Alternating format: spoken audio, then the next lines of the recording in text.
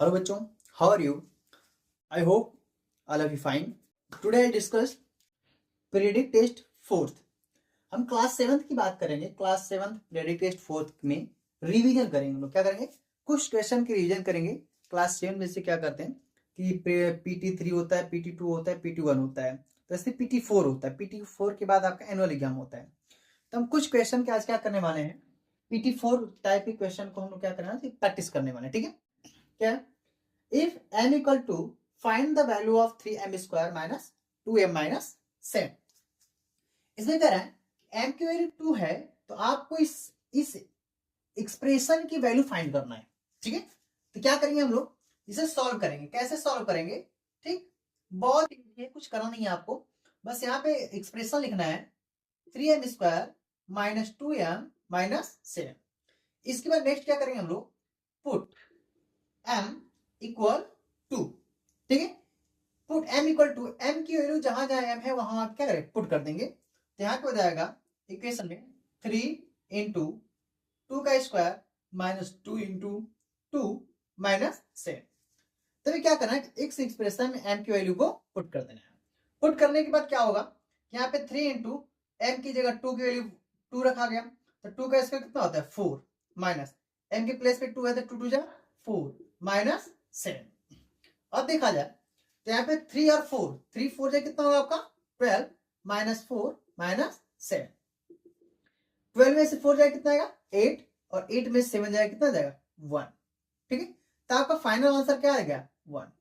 Actually क्या है कि इस टाइप की क्वेश्चन में होता क्या है कि क्वेश्चन वैसे टाइप का हो सकता है, ऐसे टाइप का हो सकता है, फिर ऐसे टाइप का हो सकता है. मींस दैट कि very short answer type question हो सकते हैं, शॉर्ट आंसर टाइप क्वेश्चन हो सकते हैं, लॉन्ग आंसर टाइप क्वेश्चन. यदि आप शॉर्ट आंसर क्वेश्चन है तो कम से कम मिनिमम 3 या 4 लाइंस आपको स्टेट में आने चाहिए. ठीक है? तो ये से एक्सप्रेशन लिख लिए, एक्सप्रेशन की पुट वाली वैल्यू लिख दी, इसके बाद उस एक्सप्रेशन को सॉल्व कर देंगे 2-3 स्टेप में. ठीक है? तो आपका आंसर क्या हो जाएगा, थोड़ा सा लाइन वाइज हो जाएगा. ठीक, अब नेक्स्ट क्वेश्चन की बात करें तो जो नेक्स्ट क्वेश्चन है आपका वो क्या है आपका, ये देखिए यहां पे कि if p equal minus 2 find the value of 4p plus 7. Correct? इसमें इस एक्सप्रेशन में p की वैल्यू माइनस 2 है, इस एक्सप्रेशन की वैल्यू कितनी होगी. देखो आप क्या करो, पहले एक्सप्रेशन लिखोगे 4p प्लस 7, देन क्या करोगे, आप लिखोगे पुट p इक्वल माइनस 2. अब यहाँ पे p की जगह क्या करेंगे, तो माइनस 2 को पुट करेंगे. क्या होगा 4 इंटू p के प्लेस पे हो जाएगा माइनस 2 प्लस 7. बट ये माइनस है, थोड़ा ब्रैकेट में कर लेंगे तो अच्छा लगेगा. 4 टू जाए कितना हो जाएगा माइनस 8 प्लस 7. इसका फाइनल आंसर क्या आने वाला आपका माइनस 1. बहुत छोटा सा क्वेश्चन है, बहुत ज्यादा है नहीं. एक क्लास 7 का है. ठीक है? एक्सप्रेशन वाला क्वेश्चन है और ये होगा आपका चैप्टर नंबर 11 या 10 में ही ये क्वेश्चन इस टाइप के मिलेंगे आपको. ठीक है? क्योंकि अलग अलग स्कूलों में अलग अलग टाइप के बुक्स अलाउ होते हैं, तो मिक्स करके ऐसे क्वेश्चन बनाए गए. ठीक, अब आइए नेक्स्ट क्वेश्चन की बात. Question number third. Question third क्या कर रहा है कि number 5 added to 3 times the product of numbers m and n. Means कहने का मतलब ये क्वेश्चन है कि आपको नंबर 5 को ऐड करना है और 3 times the product of number m and n. हम क्या करेंगे, इस सेंटेंस को ही हम थोड़ा शॉर्ट फॉर्म में लिखेंगे. कैसे लिखेंगे, देखो सॉल्व.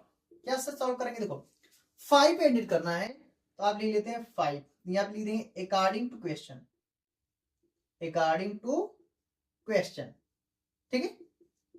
अब क्वेश्चन क्या कर रहा है, देखो 5 एडिट करना है तो लिखो 5 प्लस ऐड कर लिए 3 टाइम्स. 3 टाइम्स का मतलब है 3 इंटू मल्टीप्लाई कर दे. ठीक है?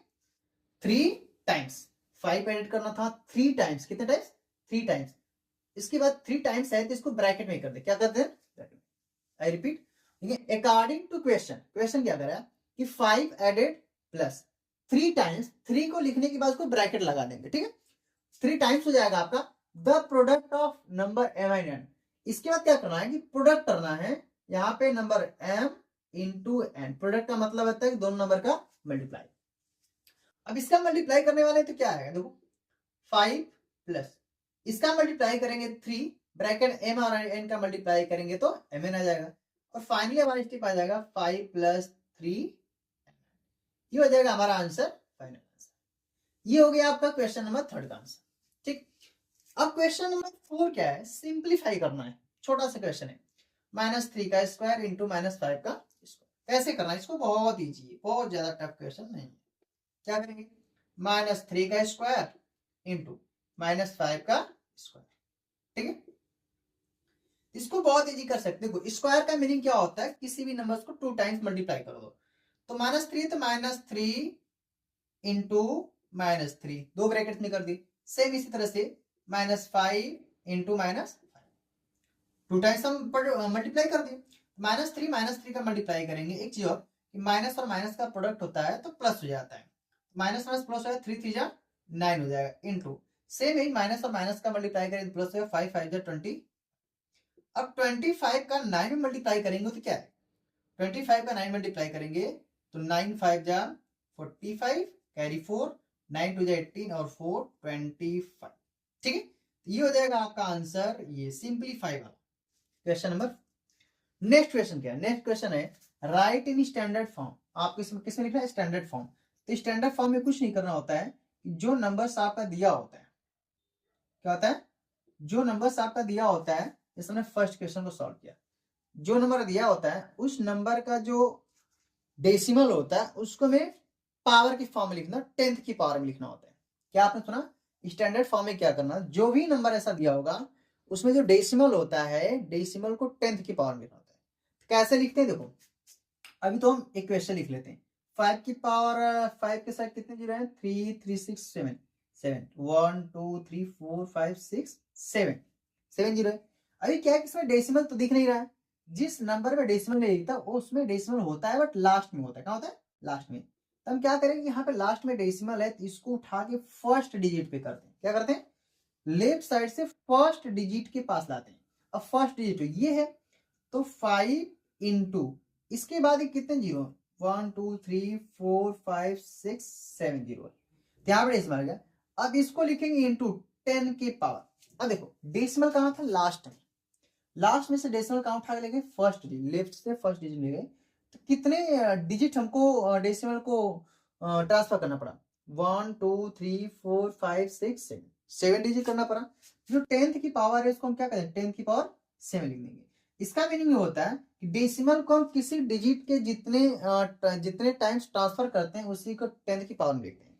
ठीक है, यहाँ पे 5 इंटू इसको डायरेक्ट हम लिख सकते हैं 0 इंटू 10 की पावर 7। ये हो जाएगा आपका स्टैंडर्ड फॉर्म में। क्या हो जाएगा, स्टैंडर्ड फॉर्म। स्टैंडर्ड फॉर्म में मीन्स करने का मतलब है कि डेसिमल कहीं भी हो उसको उठा के लेफ्ट से फर्स्ट डिजिट के बाद रख दो। अब जितना डेसिमल को ट्रांसफर करने में लगा, जितने डिजिट डेसिमल खुद कर आया है उतने डिजिट क्या करेंगे, 10th की पावर लिख देंगे। 7 डिजिट आया तो उसमें 10th की पावर 7 लिख देंगे। नेक्स्ट देखो सेम कंडीशन, बट इसमें देखो आपको डेसिमल दिख रहा है, दिख रहा है 39087.8।